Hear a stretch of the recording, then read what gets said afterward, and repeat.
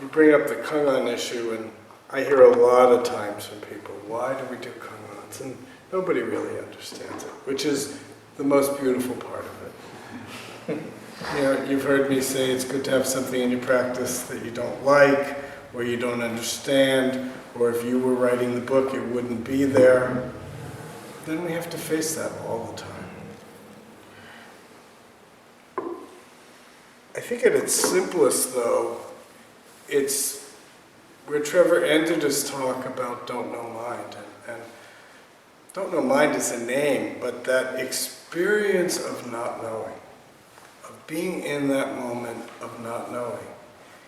And our training teaches us that in that moment, it's possible for something spontaneous to come alive. And in our practice of kong-an practice, we're looking for aliveness. Everybody gets focused on getting the answer right. But to me, that's actually less important than that moment of aliveness. So those of you who've done kong-an practice, it's most everybody in this room, you understand. We start off, you get asked a question, what is Buddha? First thing you do, before thinking, cut off all thinking. I was talking with Zen Master Bon Soeng, and she says some people, you know, they go, oh. She says, no, you're missing the point. Just do it. Just move into that not knowing space. And then the teacher says, only that. So first thing you're doing is cutting off all thinking. Opening to the absolute. You can't make a distinction.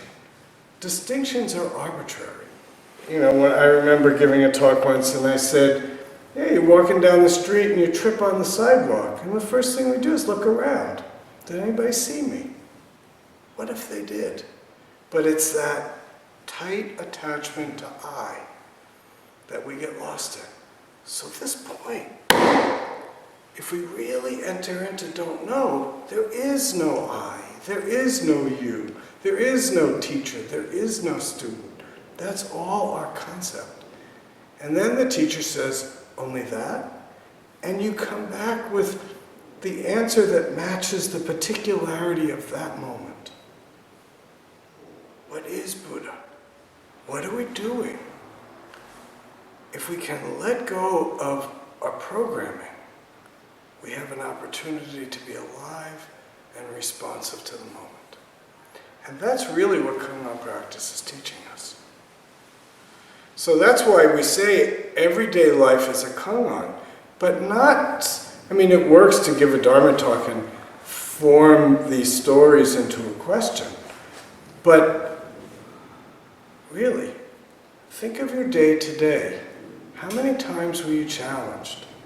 How many times were you left in a not knowing place where you had to respond? That's the kong-an. It's right there.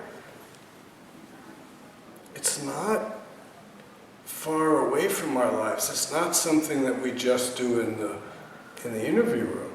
It's meeting the moments of not knowing in our everyday life. And how do we respond?